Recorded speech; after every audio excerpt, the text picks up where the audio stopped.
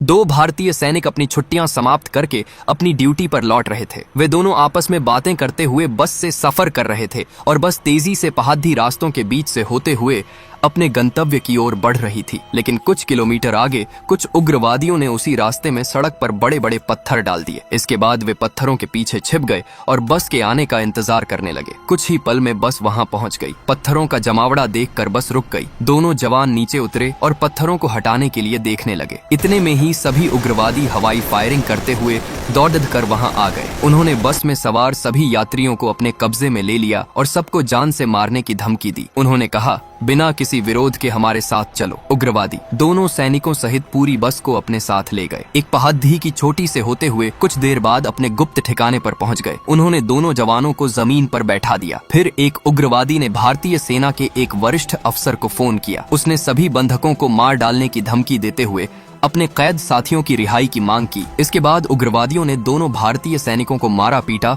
और एक पेड़ से कसकर बांध दिया। उधर सेना के अधिकारियों ने तुरंत उस कॉल को ट्रेस किया और उग्रवादियों के ठिकाने का पता लगा लिया। फिर वह जवान अपनी पूरी टुकड़ी के साथ अपने साथियों को छुड़ाने के लिए निकल पड़ा। कुछ ही देर बाद वे उस जगह पहुंच गए जहां उग्रवादियों ने सबको बंधक बना रखा था। जवान एक पहाड़ी पर खड़ा हुआ और माइक पर उग्रवादियों को चेतावनी दी, अपने हथियार डाल दो और आत्मसमर्पण कर दो। लेकिन उग्रवादियों की तरफ से कोई जवाब नहीं आया। जवान तुरंत स्थिति को भांप गया। उसने तुरंत पहाड़ी के पीछे की तरफ से नीचे उतरना शुरू किया। वह एक बड़े पत्थर के पीछे छिप गया और उग्रवादियों की गतिविधियों को देखने लगा। सही मौका देखकर जवान ने उग्रवादियों पर गोलीबारी शुरू कर दी। गोलियां निशाने पर लगीं और कुछ उग्रवादी वहीं ढेर हो गए। इतने में बचे हुए उग्रवादियों ने जवान पर जवाबी फायरिंग की। जवान ने खुद को बचाते हुए उन पर जोरदार पलटवार किया और कुछ ही देर में सभी उग्रवादी मारे गए। फिर जवान ने अपने साथियों के बंधन खोले और उन्हें गले लगा लिया। लेकिन आपने इस साहसी जवान के लिए सब्सक्राइब नहीं किया।